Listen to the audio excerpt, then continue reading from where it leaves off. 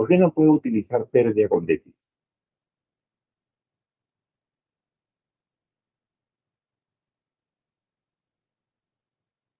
Piensa,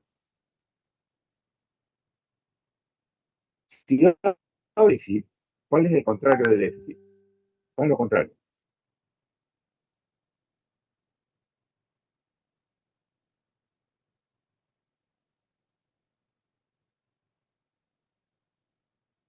Por eso que a veces no, no se entiende bien. Yo entiendo pérdida, correcto, yo entiendo pérdida, pero lo contrario de pérdida, ¿qué cosa es? Ganancia, ¿o no? Lo contrario de pérdida es ganancia, ¿está bien? Lo contrario de déficit, Superávit. superávit. Quiere decir, un superávit quiere decir que estoy en azul,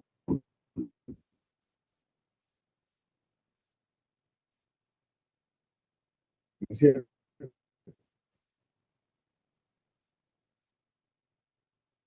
¿No? ¿Por qué no empleo pérdida y ganancia? Porque pérdida y ganancia está relacionado básicamente a una explotación económica, ¿no?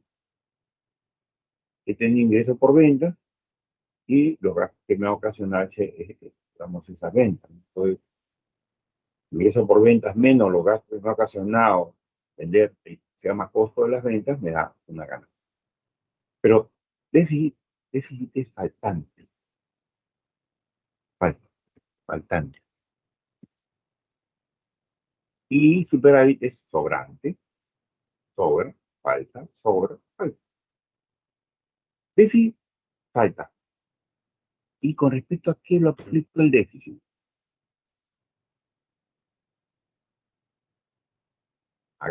Y e ingresos. Ya está. Si los ingresos son mayores que los gastos, estoy en superávit. No estoy en ganancia, no, no, no, estoy en superávit. Una situación superavitaria puede ser que en un mes, ¿no? Yo haya tenido más ingresos que gastos, ¿no? Y en ese mes he tenido una situación superavitaria. ¿Puedo decir que ganancias y pérdidas? No, no. Es una situación más relacionada diario, ¿no? A lo que hacemos todos los días. Yo no hago negocio todos los días, no hago negocio. Yo recibo un sueldo y tengo gastos contra ese sueldo. Si mis gastos son superiores a mis ingresos, déficit, estoy en déficit. Pues no, no puedo decir estoy en pérdida. Pérdida está más relacionado a un ejercicio económico de alguien que explota un negocio, un comercio, una cosa de eso. Así como la ganancia está relacionada a empresas, ¿no? Las pérdidas también están relacionadas a empresas o emprendimientos. Pero yo no estoy relacionado a mi... Yo recibo un sueldo y tengo gastos. ¿Puedo decir que tengo ganancias? No, no puedo decir. Yo no estoy haciendo negocio. ¿Entienden? A ver, ¿se entiende o no? Imagínense que esa pregunta pudiera venir en un examen, una práctica. Tiene que tenerla clara. ¿Eh? Pues, profesor, yo contesté pérdida, pero pérdida no está relacionado a déficit. Pérdida está relacionada a su contrario. ¿Qué es la contraria? Ganancia está relacionada a qué? ¿Acaso yo puedo hablar de ganancia porque me pagan un sueldo? No, yo no puedo decir ganancia, he recibido mi sueldo. Yo no estoy explotando ningún negocio. Pero el señor que tiene una tienda en la esquina, él sí me puede hablar de ganancias y pérdidas, porque él sí tiene comercio, que es relacionado, digamos, a operaciones comerciales. Él tiene ganancias y tiene pérdidas. Pero yo, que no estoy relacionado a ninguna operación comercial, yo no puedo decir tengo ganancias y pérdidas. Yo no puedo decir eso. ¿Me entiende? ¿Se entiende o no se entiende?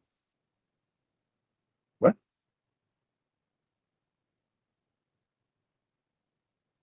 déficit es faltante, está faltando. ¿Por qué normalmente puede faltar si yo tengo ingresos por sueldo, ¿no? Y gastos por los gastos pues, que ocasiona, digamos, alguna casa, los egresos. ¿Alguien ha abierto un micro? Hola.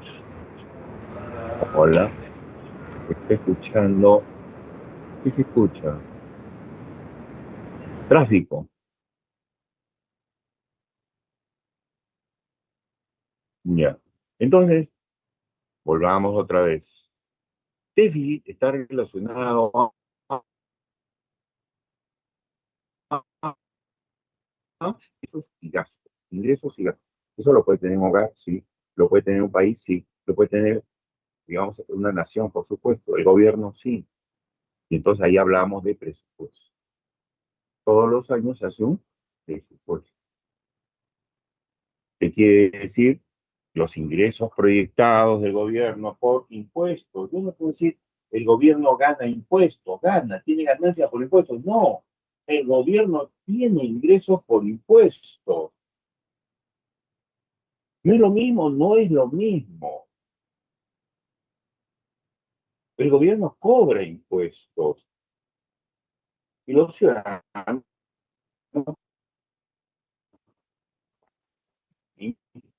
cobran impuestos para financiar, o sea, o cubrir o solventar sus gastos en salud, en educación, en transporte, en lo que fuera, en seguridad, en lo que fuera.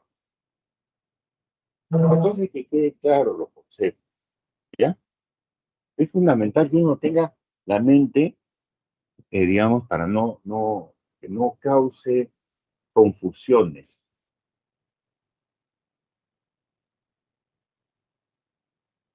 Porque después están, pero profesor, yo marqué bien, ¿por qué marcaste bien? Porque yo puse ganancia o pérdida, pero ¿acaso es un negocio?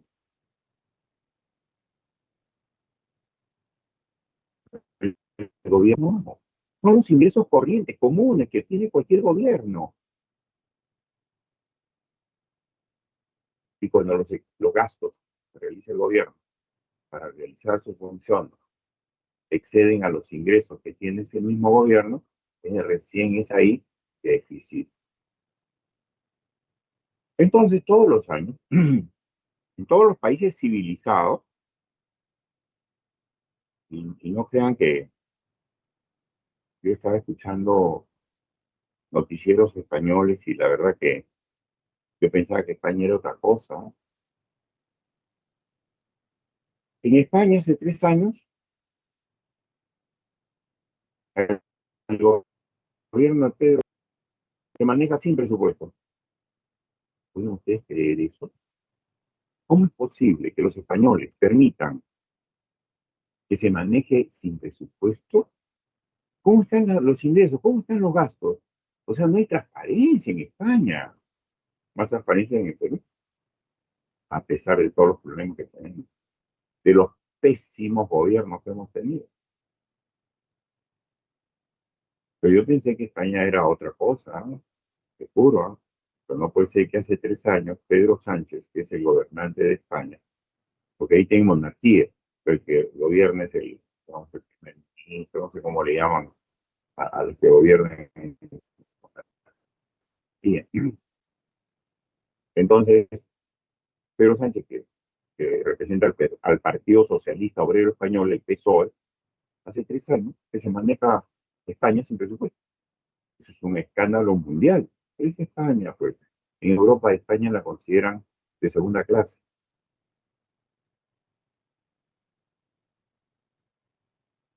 Entonces, volvamos al Perú.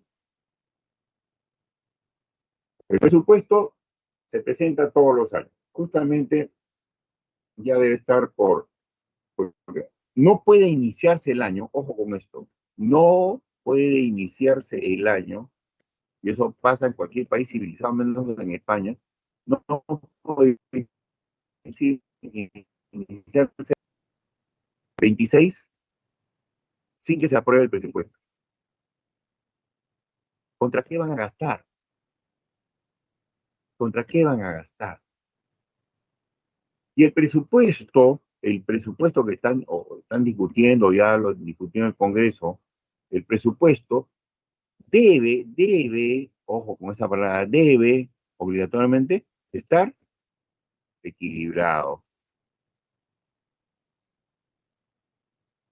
Pero por eso yo leía que el presupuesto del Perú tiene un déficit. Efectivamente, tiene un déficit, le llaman equilibrado, ¿no? Tiene un déficit de apertura, así le llaman. Debe estar equilibrado.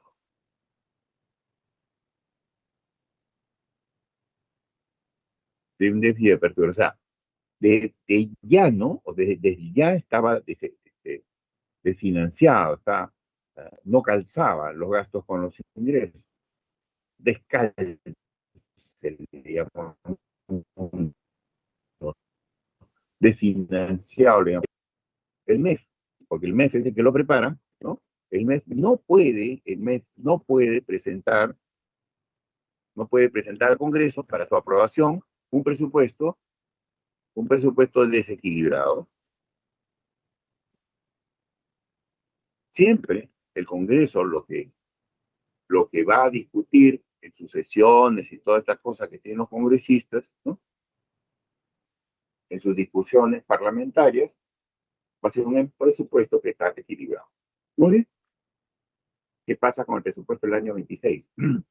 Presenta un déficit más grande, o sea, muy grande, más grande que todos los demás. Y uno dice, ¿pero por qué? ¿Por qué los gastos están superando enormemente los ingresos proyectados? Gastos proyectados versus ingresos proyectados.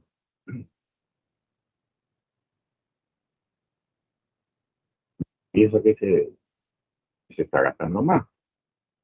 O sea, si el gasto está mal hecho en el Perú hace años de años que roban, pues proyectan más robo.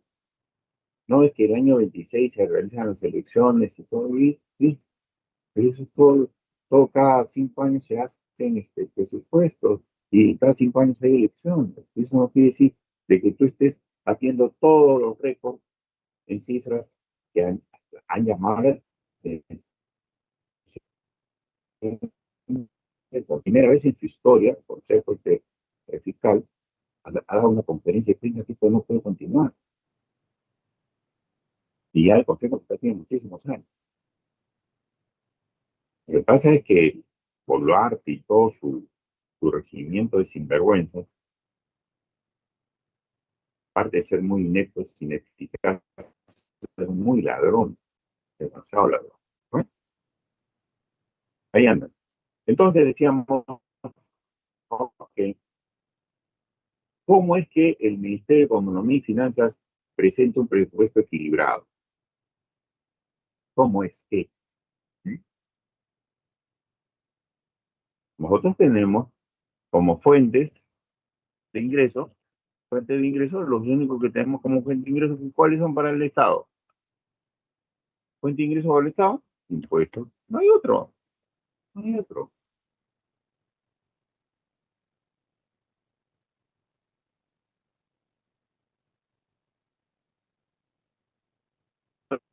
Aumento de impuestos. ¿Sí?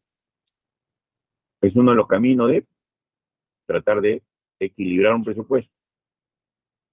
Uno de los caminos que se suele emplear es aumentar ingresos. Aumentar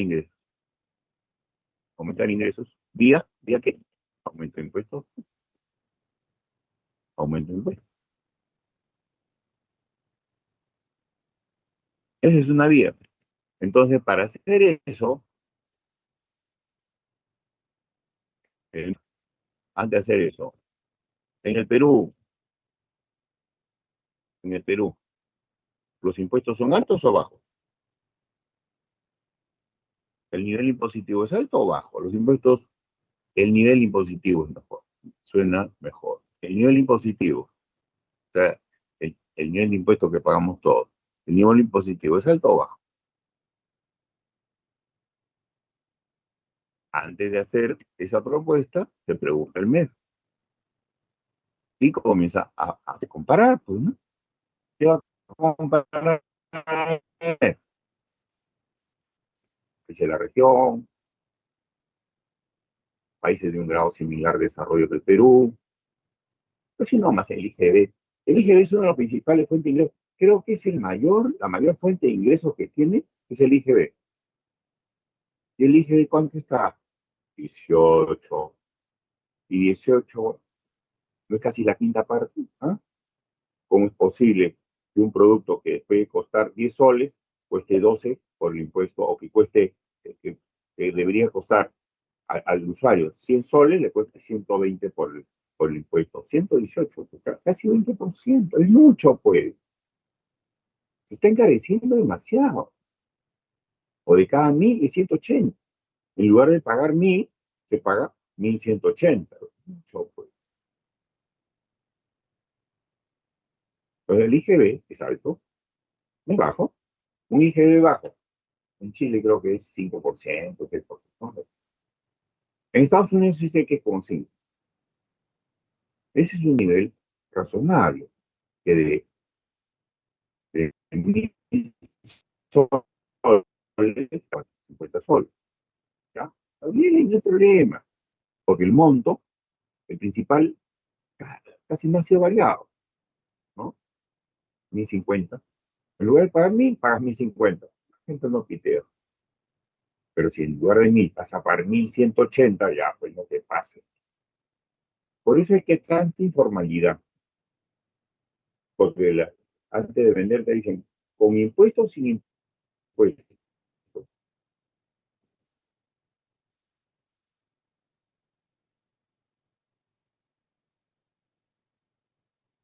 Si tú me pides factura de 1.000, y la gente en el Perú, pues, no es muy patriota, entonces dame sin factura, a mí no me interesa. Yo no tengo contabilidad, no tengo, dámelo sin factura. Y entonces ahí comienza a perder el estado de impuestos. Porque es alto, pues, es alto. Bueno,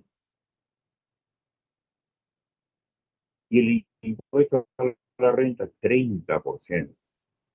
Ya, son impuestos altos, son impuestos altos. Entonces, por ahí no está por ahí no va el equilibrio. O sea, yo no puedo equilibrar un presupuesto aumentando impuestos, no puedo. Sería una locura. No puedo presentar eso, me lo van a tirar por la cabeza. Lo otro es reducción del gasto. No les gusta reducir. Qué desgraciado. Reducción de gasto. ¿Y por qué no les gusta reducir? ¿Ah? ¿Por qué? Porque ahí está que los congresistas han subido el sueldo, que lo... No, no, pues no, no, pues no. Por eso les digo, un gobierno que es inepto, incapaz, corrupto, es lo peor que le puede pasar a un país. Para empezar, los congresistas decían, nosotros ganamos, pero no nos alcanza y nos vamos a aumentar a 30.000. ¿Y quiénes son ustedes? El mes de, un momentito, vamos a observar esa ley, ustedes no tienen capacidad de gasto. Bueno, eso lo decía la Constitución antiguamente. No sé si le han modificado, es la verdad. No lo sé. Es probable que estos gobiernos incapaces que hemos tenido lo hayan modificado. Y sería una gran irresponsabilidad, porque preferible que le quites a esos populistas del Congreso que le quite la capacidad de gasto. Ellos no tienen por qué endeudar al país. No son nadie para eso. No son nadie para decirle a los, sí, aumento yo a los profesores. ¿Quién eres? ¿Eres Ministerio de Educación para aumentar? No, pero yo propongo, y sale, ¿no? La ley que aumenta a los maestros. No, la educación es el sector. ¿Por qué te metes en el sector? Eso no te corresponde. ¿Ah? Te estás generando gastos que son eternos, o sea, a perpetuidad, ¿no? Pero tú una vez que les has aumentado el sueldo, ya no lo puedes bajar a perpetuidad. Es que ahora tenemos plata, ahora, pero no, vamos a tener plata mañana o más tarde, cuando los precios de los minerales se caigan. Bien, ¿dónde están los ingresos? Se cayeron. Y entonces, y ahora, con gastos que tú has aumentado, ¿de dónde cubrimos? ¿Con qué? Con deuda. Con deuda. Les encanta la deuda. ¿Acaso ellos la van a pagar de su bolsillo? Son las tres formas que tiene el MEF para presentarle al Congreso un presupuesto equilibrado. Profesor, ¿y el endeudamiento cómo se hace? porque hasta donde sabemos, el Perú no es sujeto de crédito de organismos multilaterales. ¿Qué quiere decir? El Banco Mundial, el Fondo Monetario, todos estos organismos no le prestan plata al Perú. ¿Qué? ¿Somos malos pagadores? No, le prestan a países pobres. El Perú no es un país pobre. El Perú debe generar su endeudamiento vía emisión de deuda. Así se llama, emisión de deuda. ¿Y cómo se llama eso? Bonos soberanos. Así se llama. El Perú debe generar sus bonos. ¿Cuánto te falta? ¿2.000 millones de dólares? Emite pues 2.000 millones de dólares en bonos. Y eso es lo que ha venido haciendo el Perú.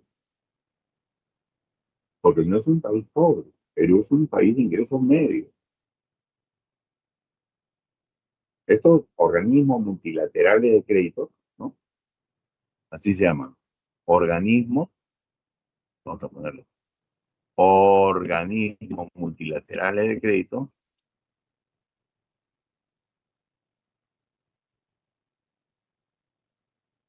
bilaterales,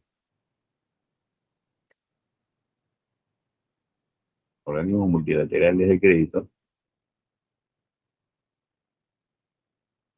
más conocidos como organismos multilaterales de crédito, OMC, ¿no? Estos organismos multilaterales de crédito, ¿para qué existen? Para ayudar a países pobres. Ayudan a países pobres. ¿El Perú no es país pobre? No, no es un país pobre. El Perú es un país de ingresos medios. Así que dejó de ser país pobre. Por lo tanto, el Perú sí puede conseguir en el mercado de capitales, o sea, levantar fondos de los inversionistas, sí puede conseguir plata. En cambio, los países pobres no pueden conseguir plata. Nadie le presta pues al pobre. ¿Ah? ¿Dónde has visto que le prestan a un pobre? ¿No? ¿Ah? ¿Dónde has visto? Nunca. Ni a las personas pobres, ni a los países pobres, ni a las empresas que están hasta que nadie les presta un pobre. En cambio, las empresas que tienen, sí, les prestan, pero en este caso, los organismos multilaterales de crédito son organismos de ayuda, son organismos de ayuda a los países pobres. El Perú forma parte de los organismos multilaterales de crédito, sí, porque tiene que dar una cuota, así como de la Organización Mundial de Salud. El Perú es parte de la Organización Mundial de Salud, sí, y da una cuota proporcional a su tamaño de economía. ¿Quién es el mayor aportante? Estados Unidos. Y lógicamente China no entra pues porque tiene un sistema neoliberal. Debería entrar China, que tiene un montón de plata, pero todavía no entra pues a los organismos multilaterales, porque no quieren que tenga voz y voto. Bueno, son temas políticos también, ¿verdad? Pero ya tiene suficiente plata China como para entrar. Bueno, en todo caso, ese es el asunto de ellos, de los países grandes. Entonces, a nosotros como país nos encanta el endeudamiento. Yo les digo, como ciudadanos, es la peor manera de financiar un déficit, endeudar. ¿Por qué? Porque estás pateando el problema a generaciones futuras. O sea, estás generando hoy la deuda para que lo paguen generaciones futuras a 10, 12, 15 años, porque así se emiten bonos, a 10, 8, hacia adelante. Con qué irresponsabilidad. O sea, hoy alegremente apruebas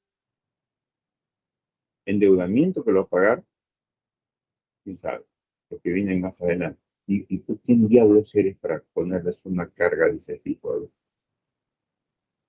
Eres un irresponsable, un sinvergüenza, eres de lo peor. ¿Acaso esas discusiones se dan en el Congreso que deberían darse? ¿No?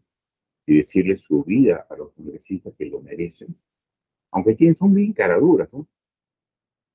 Son sinvergüenzas de recontra, sinvergüenzas, ¿no? ¿Acaso los periodistas dicen algo? Por eso el Perú está como está. Por eso el Perú está como está. Periodistas que no saben de economía, o no les interesa, o no les importa. Políticos que no les importa, nadie levanta la voz. Esa no es la forma de salir de deuda. Reduzcan gastos, pero profesor, reducir gastos quiere decir que reducir el Estado, pues sí, reducir el Estado. ¿Qué cuesta tanto? Hay demasiado Estado, hay demasiado burocracia. Un puesto es creado por favoritismo político para darle trabajo, digamos, a la amiga, entre comillas, de un político importante que tiene sus amiguitas y les crea puestos y las deja ahí a que vivan del Estado. Claro, sus amiguitas le pagarán sus favores, por supuesto, nada es gratis, no hay lonche gratis, nunca. Pero esas amiguitas, cuando se vaya el fulano que las colocó, se quedan ahí viviendo del Estado. Y el fulano que las colocó, claro, se la pasó bien, pero es un desgraciado porque ha generado gastos. Antes tú no podías crear gastos si que tú no ponías la fuente de financiamiento. O sea, ¿cómo vas a financiar eso? ¿Cómo vas a cubrir eso? Es necesario, primeramente, el estudio de puestos. Si es necesario, ¿por qué lo creo? A ver, ¿hay necesidad?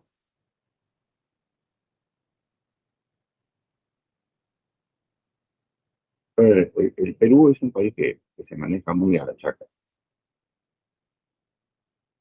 Pero todas son las formas que existen, ¿no?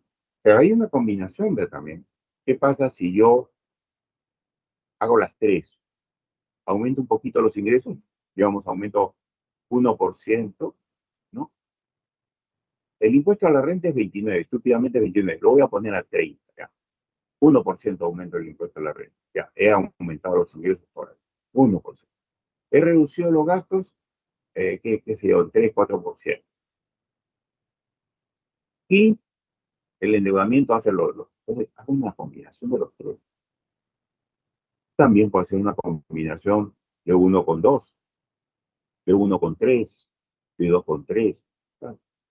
Es una combinación de que existen, pero más allá de eso no hay.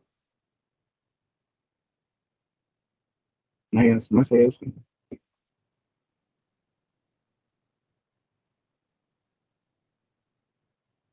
Ese es el tema.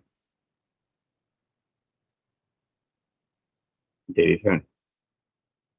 Bueno, como les digo, lo fundamental es que el presupuesto tiene, en el momento que se debate en el Congreso, el presupuesto tiene que estar equilibrado. El mes tiene que presentar un presupuesto equilibrado. El presupuesto del año 2026 todo lo cubre con el deber. Todo. Es la forma más fácil, ¿no? Claro, yo entiendo por qué estás así. Yo entiendo al Ministerio de Economía y Finanzas. Lo entiendo porque ya detrás hay coimas, por supuesto. Ellos se frotan las manos.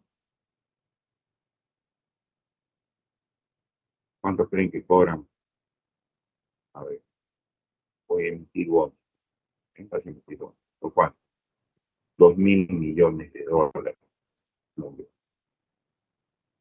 sácame el 0,25%, 2.000 millones de dólares es lo que te vas a levantar en coimas. Sácalo, ¿no? Por eso no dice.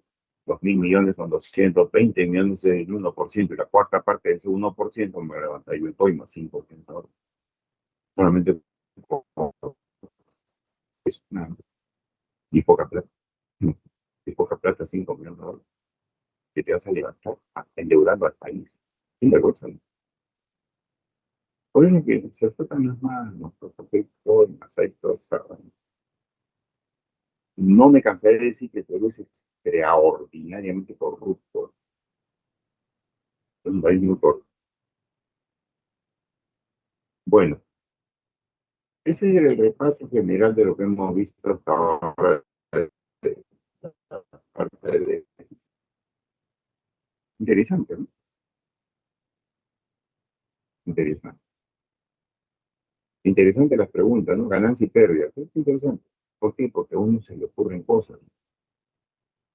Y como no, los alumnos no tienen bien claras las cosas, de repente puede ser una pregunta interesante. También se pierde. Y son sinónimos de... En fin, digamos, dejémoslos a ustedes. Muy bien. ¿Qué más habíamos visto? ¿Qué más habíamos visto en la clase pasada? Ah, las principales corrientes del pensamiento económico. Principales corrientes del pensamiento. Y habíamos hablado de el padre de la economía.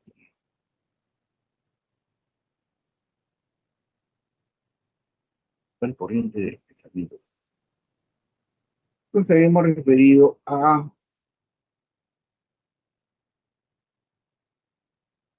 una investigación acerca de la naturaleza y causa de la riqueza de las naciones. La obra, titulada originalmente así por el primero de estos economistas que le llaman el papá de la economía, el padre de la economía. ¿Quién es llamado el padre de la economía? Es economista inglés Adam Smith. Adam Smith, que publicó en 1776 esa obra, pues, una investigación acerca de la naturaleza y causa de la riqueza de la nación, pero más conocida como la riqueza, solamente como la riqueza del mundo.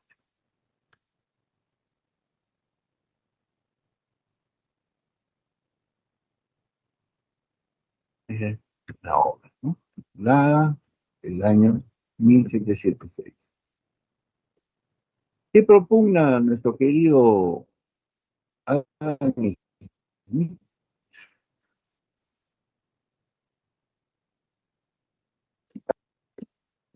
No debe intervenir en la economía, ¿no? No debe intervenir en la economía. Eso propone. Y que dedicarse a sus fines. ¿Cuáles son los fines del Estado? Dedicarse a defensa,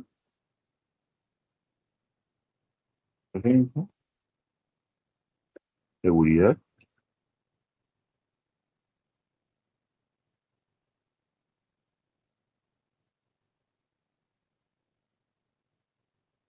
y justicia.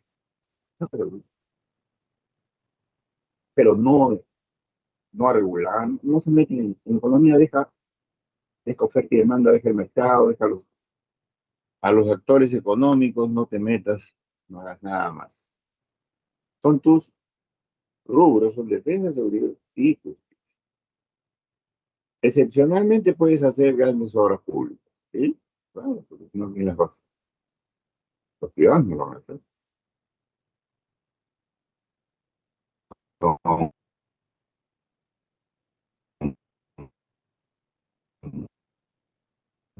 Son una gran pública. Obviamente que los privados no financian eso. El tiempo de recuperación es muy largo. La inversión privada busca recuperación rápida. El Estado, que tiene un bien, o sea, una finalidad social, es lo que es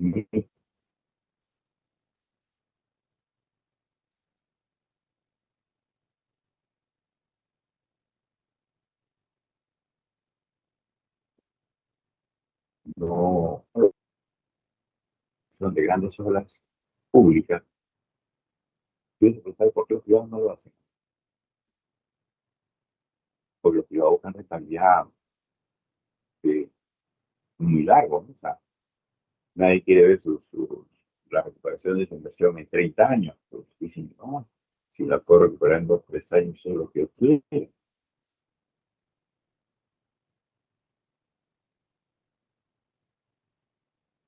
No, o sea, no, o sea, no el Estado se puede demandar. ¿Y qué hace el Estado? Hace la gran obra pública Pero como el Estado es pésimo administrador, porque sí lo es, debe dársela a un privado para que se encargue de mantenimiento y operación de la gran obra pública. Y se lo da por Trump, grandes obras públicas de carretera, la Panamericana que cruza, o sea, que va longitudinalmente por toda la costa del Perú, ¿no? Norte, Tumbes, hasta Chamba. Eso nunca lo había sentido, jamás.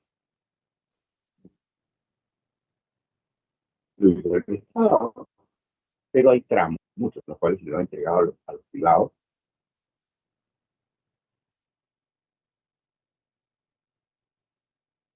para que las operaciones, entre ellos está el puente, por ejemplo. ¿No?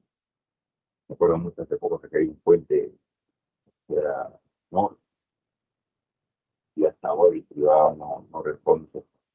Y está cobrando que ahora he puesto el puente, pero con un provisional. ¿Cuándo va a ser el definitivo? Si para eso le dieron tanto, no, viaje, ¿no? Y todo lo que pasa por ahí para pegar, pues entonces el Estado le falta apretar más ahí. Bueno, hasta donde yo sabía, había puesto un puente provisional. Y ahí se había quedado. En fin, esperemos pues de que lo pueda construir de acuerdo al contrato, por ejemplo, con el contrato. Muy bien, entonces excepcionalmente se puede dedicar a grandes obras. Eh, eh, es muy considerada, es el motor del individualismo. Él habla mucho del individualismo, ¿no? O sea, no es la iniciativa del individualismo, el individualismo de la persona, la que mueve, es el motor del economía. Porque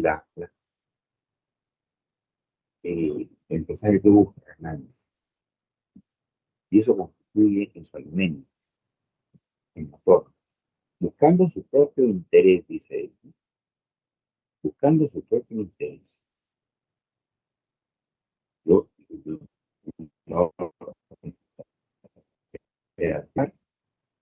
sin quererlo ni proponérselo, de tal manera que lo logra mejor que si el Estado se lo propusiera. O sea, como todos sabemos, el Estado es muy malo ejecutando, haciendo muy mal. Entonces, no, no se compara con la iniciativa privada.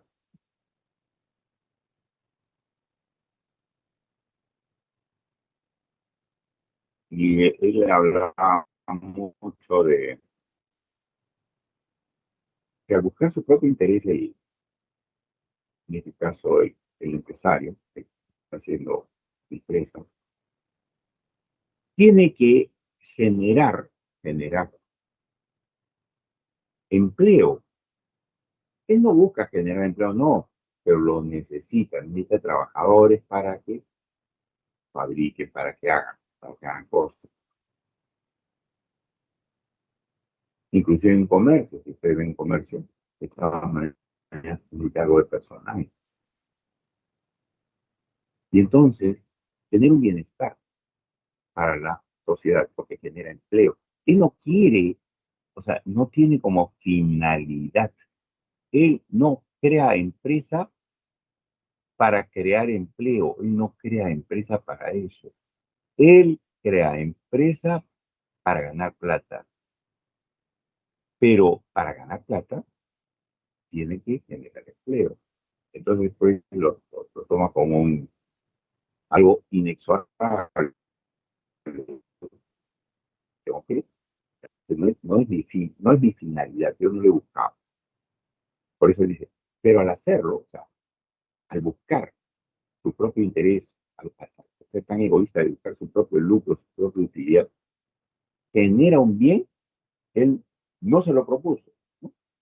Él no se propuso, voy a crear empresas porque le voy a dar trabajo si no te trabajas, no, voy a crear empresas porque pienso ganar tanta plata. Pero para esta empresa, así como va a requerir materia prima, va a requerir maquinaria y equipo, también requiere trabajadores. Pero su finalidad no es dar empleo. A eso se refería. Y entonces actúa como un solucionador de graves problemas sociales como son el empleo o la ocupación. Y le descarga al Estado el hecho de tener que tener empleo para la ocupación. El Estado lo único que debe propiciar es fomentar la inversión de tal manera que sea la inversión la que se encargue de dar.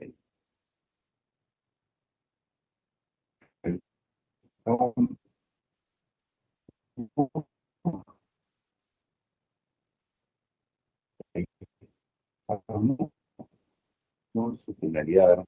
Recordemos, estamos en 1700, la revolución industrial, cuando se inicia la revolución industrial, en Inglaterra, los estados no eran tan burocráticos, eran más chicos. Todo el peso del movimiento de la economía estaba en el emprendimiento privado. El Estado estaba un punto cerrado.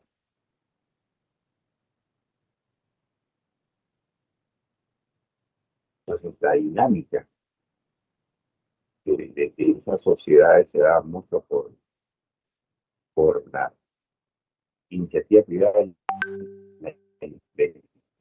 y, y, y la competencia que se da entre que todos buscan producir más a menor costo y desplazar del mercado su rival. Esa es la búsqueda, es una pelea constante. Entonces generan ese bienestar social sin proponerse. Significa gente, digamos, premia la creatividad y el ingenio, hay varias cosas que acá, pero no como finalidad, no. La finalidad de la empresa es ganar plata. Eso es todo, ganar plata. Así como yo les digo a los alumnos, la finalidad que tiene el alumno es ser un profesional, es ser antes, eso es muy romántico. Ahora el alumno quiere su cartón. Aunque detrás de ese cartón haya cero conocimiento, lo que quiere es su cartón. Copiando, plagiando, con malas artes, no importa, tengo mi cartón, es lo que yo quiero. Esa es su finalidad. Antes el cartón es una consecuencia de un esfuerzo que hacía uno conscientemente porque quería ser un buen profesional. O sea, nosotros no queríamos tener el cartón, queríamos ser un buen profesional. El cartón respaldaba lo bien que te habías preparado. No. El cartón era una consecuencia, pero no la causa. No la consecuencia. Lógicamente, si eres un gran alumno, bueno, el cartón es consecuencia lógica, pues hijo, ¿no? ¿Mm? Pero acá no, acá el cartón es todo, el leitmotiv, un cartón. Oye, pero ¿cómo le dieron cartón a este fulano si no sabe nada? ¿Quién sabe? ¿Quién sabe? Pues sí, es el tema. Pero el tema cambia en el tiempo. 1776 es distinto pues al 2026, ¿no? De 2025. Muy bien, pero a pesar de que Smith es considerado el padre de la economía moderna por este libro, que sistematizó todo el conocimiento económico y lo, digamos,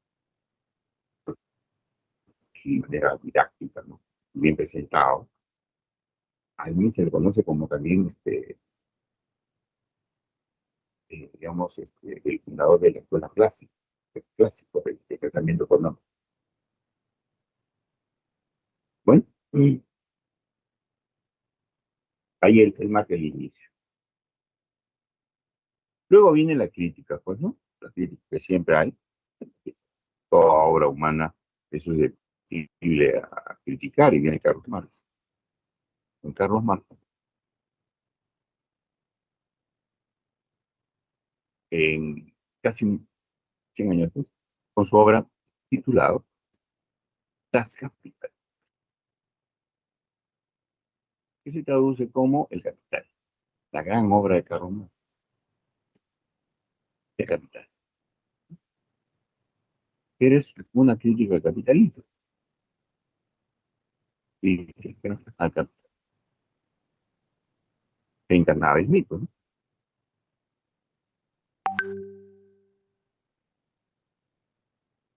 Ese empresario egoísta que busca su propia utilidad, su propio beneficio, para lograrlo, ¿no? Tenía que, digamos, recurrir a, a la propiedad de máquinas, de tierra, de lo que fuera, ¿no? Entonces, para tener propiedad tenías que tener acumulación de capital. Entonces, perdón, Carlos Marx le llamó a los que tenían esa acumulación de capital capitalistas. Capital. Son los capitalistas los que pueden hacer empresas por los obreros, ¿no? Ellos pagan sueldos de miseria, los obreros solamente, como le llamaba, eran remuneraciones, pagos de supervivencia, de tal manera que se asegure que la clase obrera se reproduzca y sigan haciendo, ¿no? En la pobreza y todo, que, por cual daba más mano de obra, ¿no? O sea, se procreaban la pobreza, pero el capitalismo necesitaba mano de obra para que el trabajo también era crítica capital. Sin embargo, Marx, todos sus críticos que le hace al capitalismo, reconoce las bondades del capitalismo. Pero Carlos Marx no va más allá. Interesante. Porque él se da cuenta que el capitalismo ha logrado tal grado de desarrollo en ese entonces, ¿no? El capitalismo ha logrado su desarrollo mediante qué? Lo que le llamaba a él el desarrollo de, de las fuerzas productivas, o sea, de la competencia. Él le llama la fuerza de producción. Es competencia.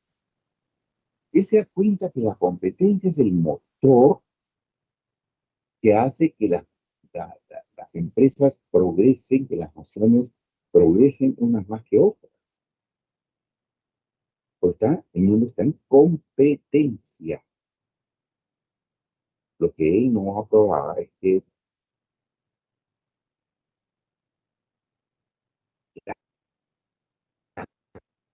las ganancias eran las que habían ayudado a generar esa ganancia.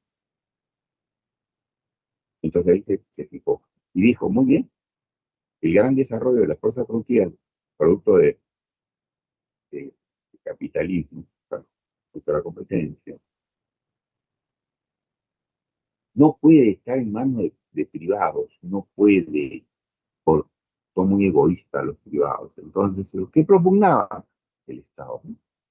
El Estado que vende por todos, el Estado como dueño de los medios de producción, o sea, de todo. El Estado es dueño de todo,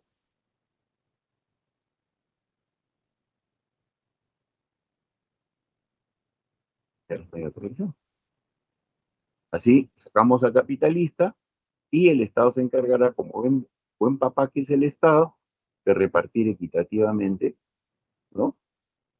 El producto de esa explotación entre, entre todos, pues. Entonces, se suponía que el Estado iba a realizar esa función social de ser el gran repartidor.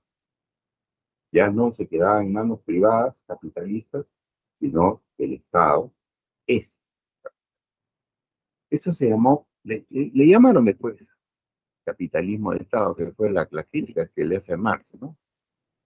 Marx le dice que él propugnaba el capitalismo de Estado.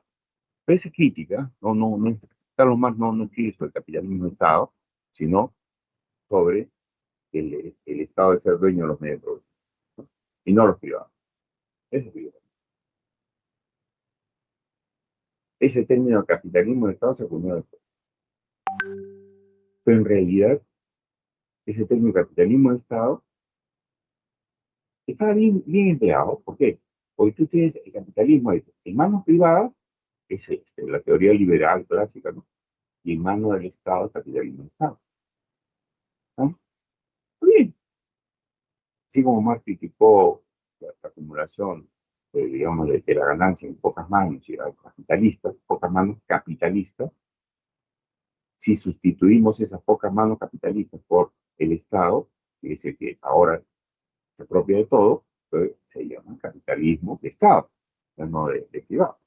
Bueno, debe tener, no sé quién lo opinaría esto, pero muy acertado, muy acertado. Y esas eran las dos grandes corrientes, ¿no? Esto fue, ¿cuándo fue escrito? Esto casi 100 años después de 2000.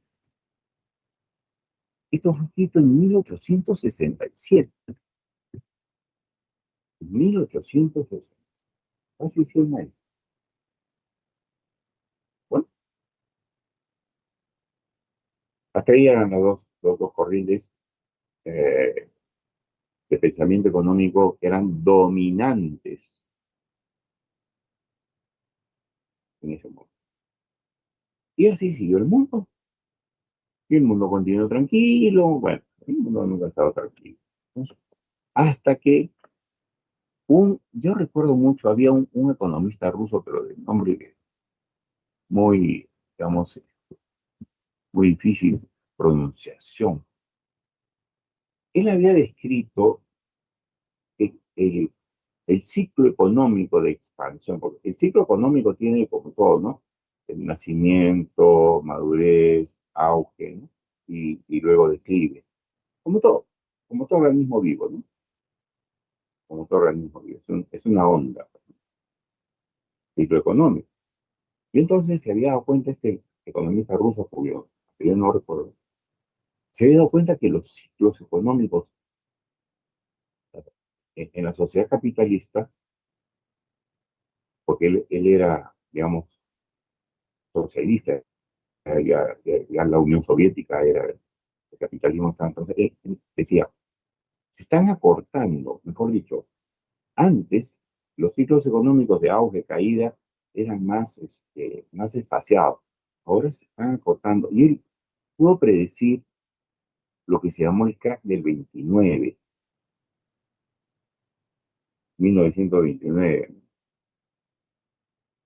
del cual emergió una teoría que ayudó a salir a las economías de la crisis, porque no había forma de salir de la crisis.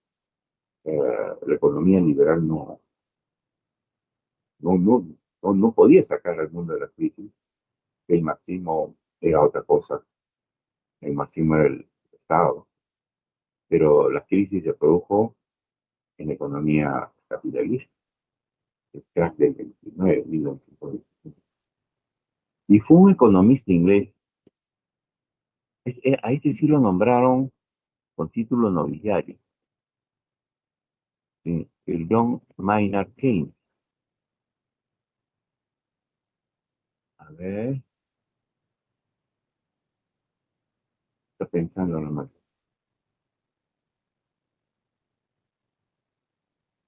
No, no quiero fuente, déjalo ahí. Ya. Maynard Keynes, o sea, por acá estamos. Ernest Maynard Keynes, quien escribió la obra Teoría General, Teoría General, la ocupación como empleo, ¿eh? No teoría de la ocupación, no. Ocupación, in- interés y dinero, pero teoría general de la ocupación, el interés y el dinero. El interés es la tasa de interés y el dinero está pues, relacionado con la tasa de interés. Esto fue en 1936. Eso ayudó al mundo a salir de la gran crisis. Tu teoría. ¿Qué hizo Maynard Keynes? Él propuso que el Estado debe intervenir. ¿No? Contrariamente a los clásicos, el Estado debe intervenir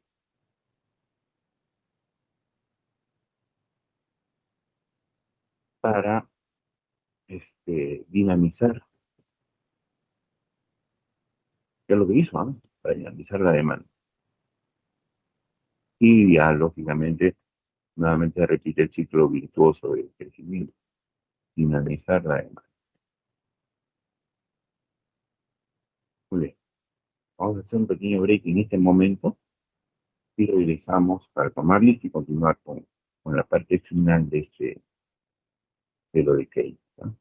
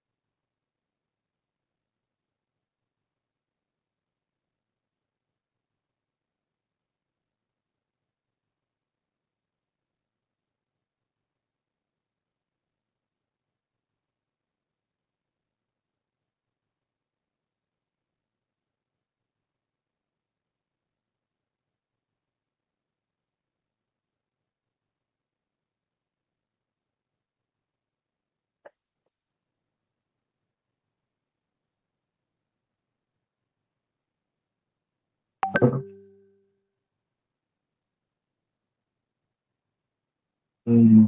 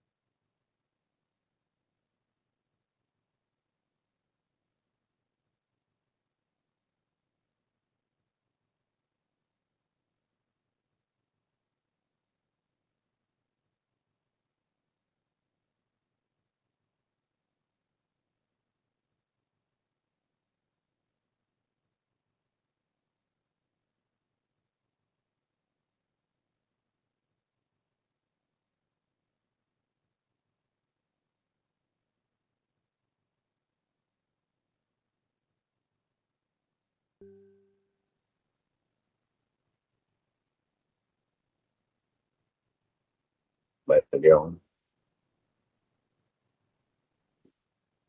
Cachique, Presente. Calderón, Presente, profesor. eh, Camones, Cueva, Fajardo, Presente. Omán, Yachas,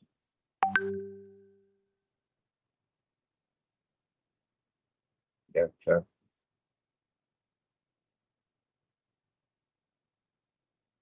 Obregón, Pablo, Picón, Presente, profesor. muy bien, Joven,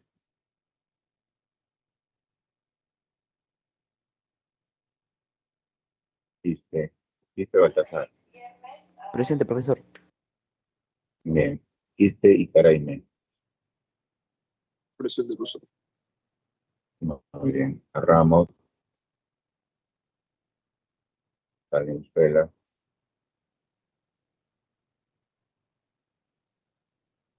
Vivar,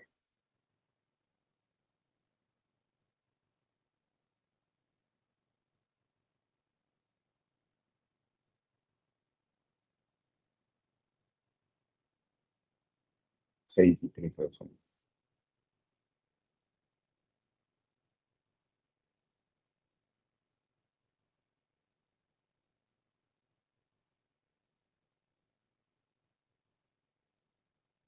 En la otra sección,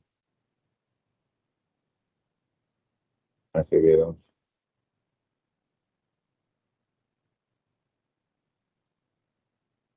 Aquino, Barreto, Bonifacio, Castro, Chávez, Gómez, Barba, Presente, profesor. muy bien, Lara, Mesa, Presente, profesor. Profesor Barreto está en el SAC, presente. gracias, gracias. Moreno, Presente, profesor. muy bien, Pantoja, Pastor, Profesor, muy buenas tardes. Presente, pastor. buenas tardes, Robles,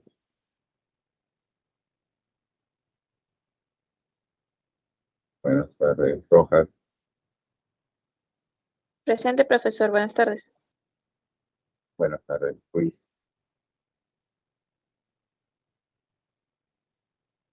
Salazar, Antonio, Ticona, Presente, profesor. Buenas tardes. buenas tardes, 8,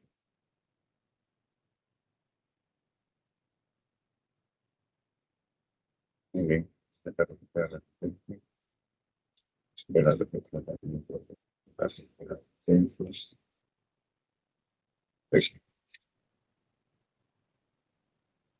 Bien, entonces, no, no, no. Una de las cosas que me olvidaba decirles, una de las cosas que me olvidaba decirles,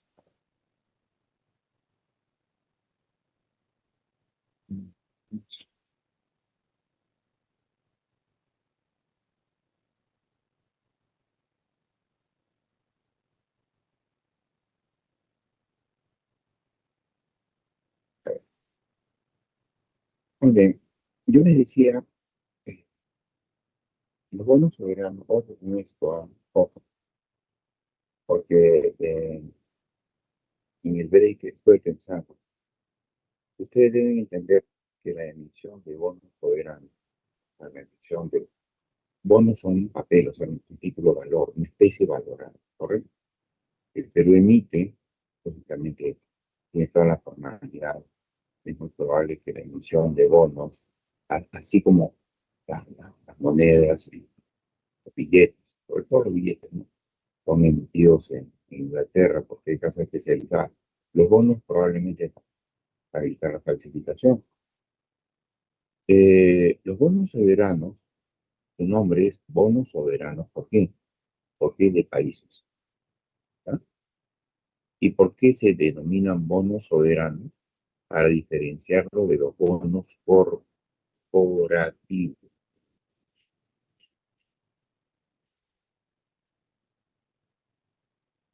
Esos bonos presidenciales. Las empresas, como ustedes saben, poco recurren a préstamos exteriores. Ellos emiten bonos en el mercado y también, al igual que los países, levantan fondos del mercado de valor para sus fines, ¿no? Ampliación de plantas, adquisición de maquinaria y equipo, en fin, lo que ellos determinen. Entonces se llaman bonos corporativos. ¿Ya?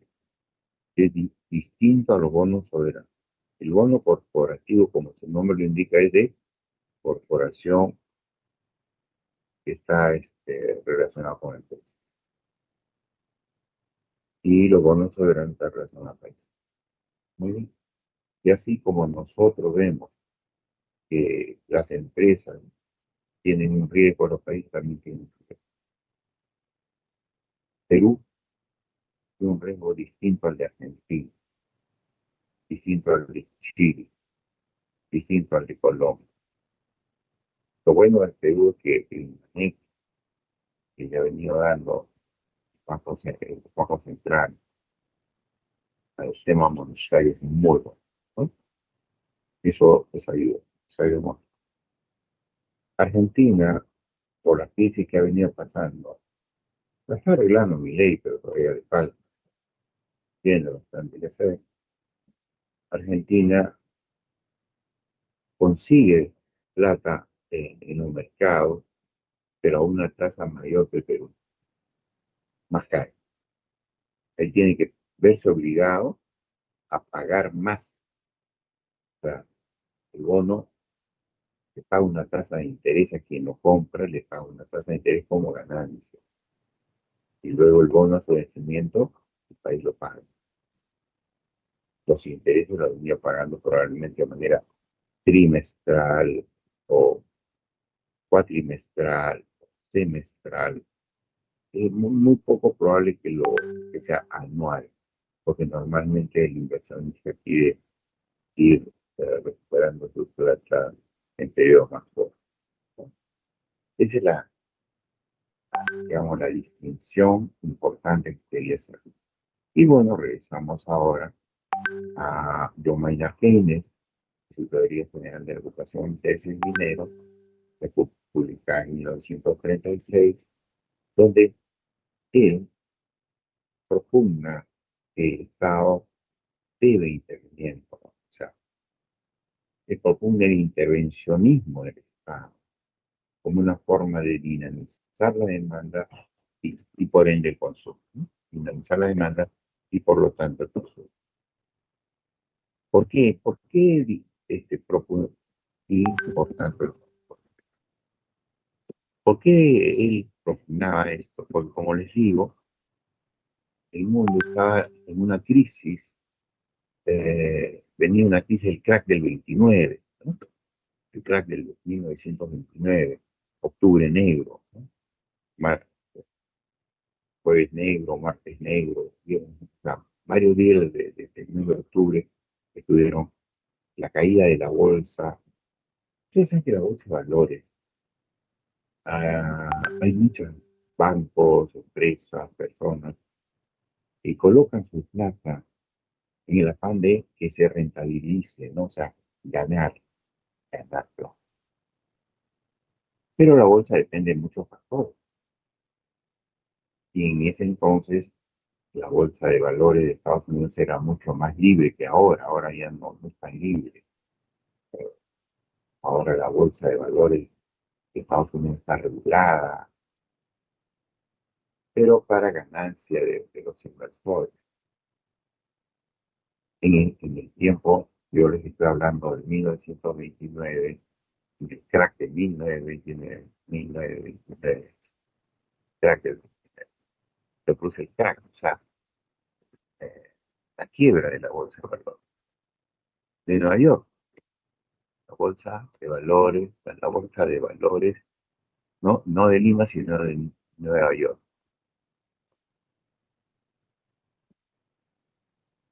La bolsa de valores. Así se llama, New York Stock Exchange. Así se llama. La quiebra de New York Stock Exchange, o sea, la bolsa de valores de Nueva York. ¿Qué ocasionó esto? Que los bancos quebraron. Los bancos quebraron. Imagínense, si los bancos quiebran, la gente, las empresas quebraron, muchas empresas quebraron. Las empresas quebraron. Millones de personas quedaron sin trabajo. Millones de personas sin trabajo. Y sin habían metido su plata también en la bolsa, también quebraron. Millones de personas sin trabajo, sin trabajo. Y habían perdido su plata. Entonces, fue terrible, fue muy fuerte, es la crisis más fuerte por la cual se recuerda, ¿no? Que obligó a regular muchas cosas. Eh, ¿Cómo se grafica esto? Un país produce para toda una nación. Quitémosle un poco del comercio exterior. Un país produce para toda una nación. Digamos que produce como 100. Pero con la quiebra, la nación, la población sigue siendo la misma, pero la producción bajó al 50%. ¿Se, se imaginan esa crisis? Que de 100 se reduzca a 50 y tenía que repartirse entre no, o sea, la población, había escasez de todo. Pues definitivamente fue duro porque, como les digo, muchas empresas quebraron y eso trajo como consecuencia que la producción se venga abajo, ¿no? Los bancos quebraron, ¿no? Los ahorros de miles de empresas, de miles de personas se sumaron porque los bancos quebraron. Bueno, fue terrible esa crisis. Eso después dio lugar a regulaciones bancarias y todo, ¿no? De bolsa, a fin de que no se vuelva a presentar. Se han presentado otras crisis, pero no de la magnitud de esa, que fue antes del 20. Entonces, el mundo se encontraba y la fuerza del mercado, porque el crack de 29 no solamente afecta a Estados Unidos, sino al mundo entero. Estados Unidos ya era número uno del mundo, o prácticamente indicaba de ser, Francia, su economía era muy poderosa, etcétera, el comercio exterior que enlaza todo, inclusive las crisis las demás. Bueno, no se recuperaba. Las fuerzas de mercado no eran suficientes. Los clásicos y toda su teoría no era suficiente. Yo no hablo de los socialistas, porque los socialistas tienen una economía estatal, es otra cosa. Adicionalmente, los socialistas, en 1919 recién se había instaurado digamos, el socialismo en Rusia, o sea, recién estaban incipiendo. Ellos no participaban básicamente en el mercado nacional.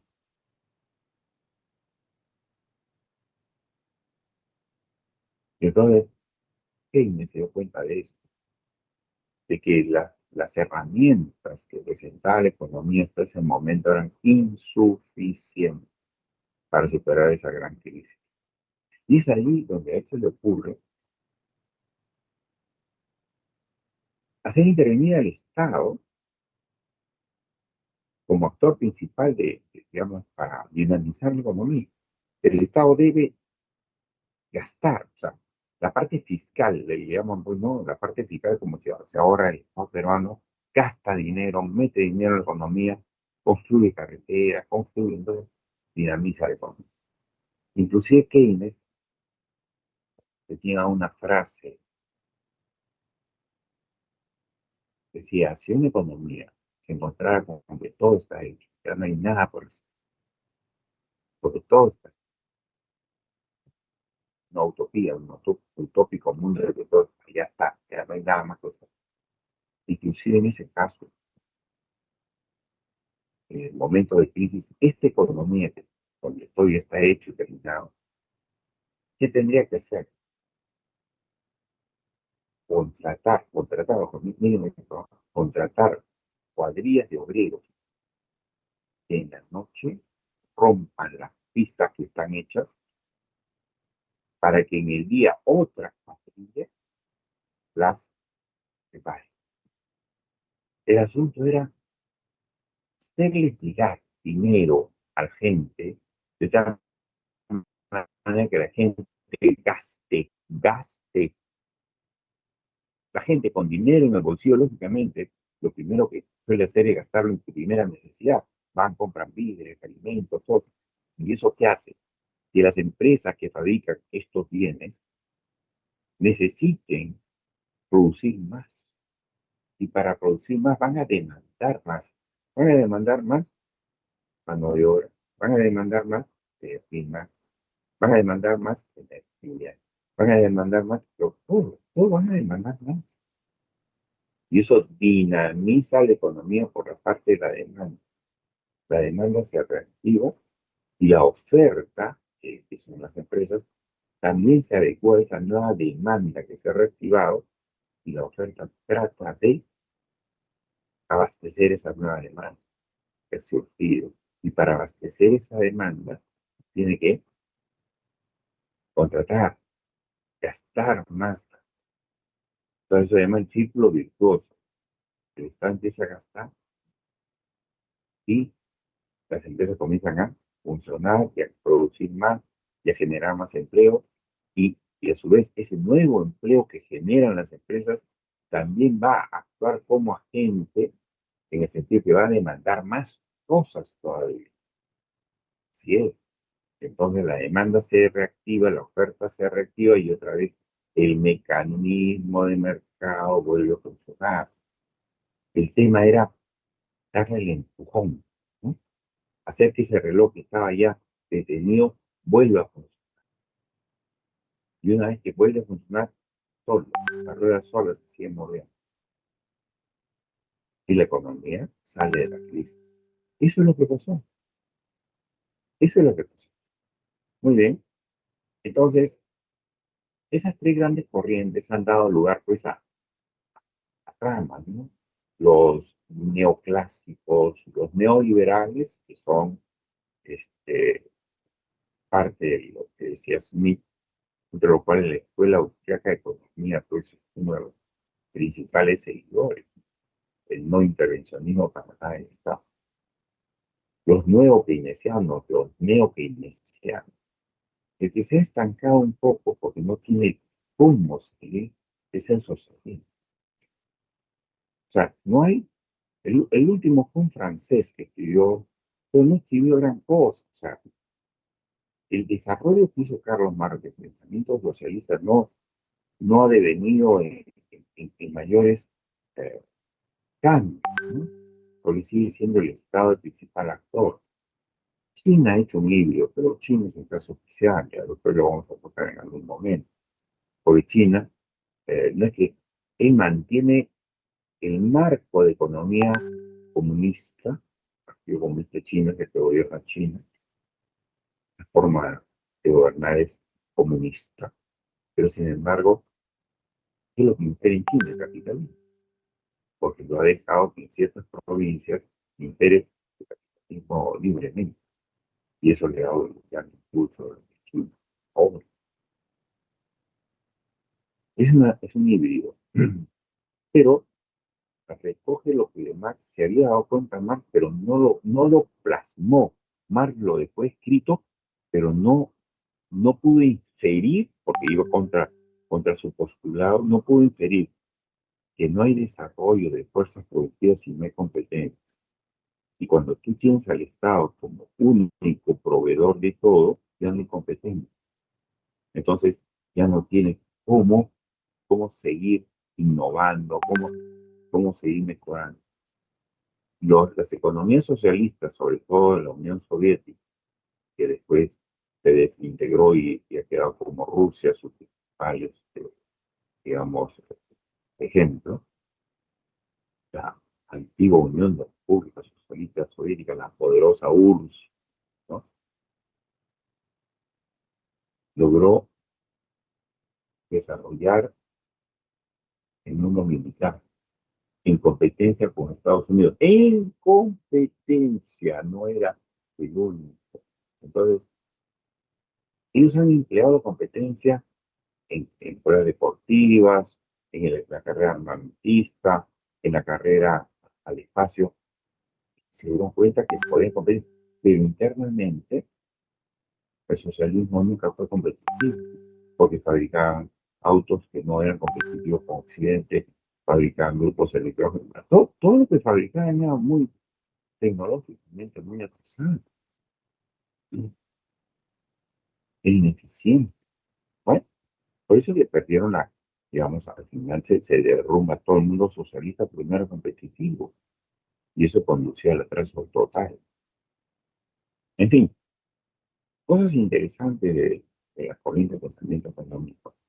Estas son las tres principales corrientes que es la que estudiamos y ahí nos queda y continuamos a escuchar. Listo. Hasta aquí nos quedamos y ya. Muchísimas gracias. Que tengan muy buenas tardes. Y ya saben, hay prácticas. Dios mediante hay prácticas. ¿Eh? Listo. Estén bien. Cuídense. Si hay preguntas, Hasta luego, hagan profesor. Gracias. ahora. Si hay Hasta preguntas, luego, profesor. Gracias. nos vemos. Señor profesor, muchas gracias. Cuídense. Gracias a ustedes.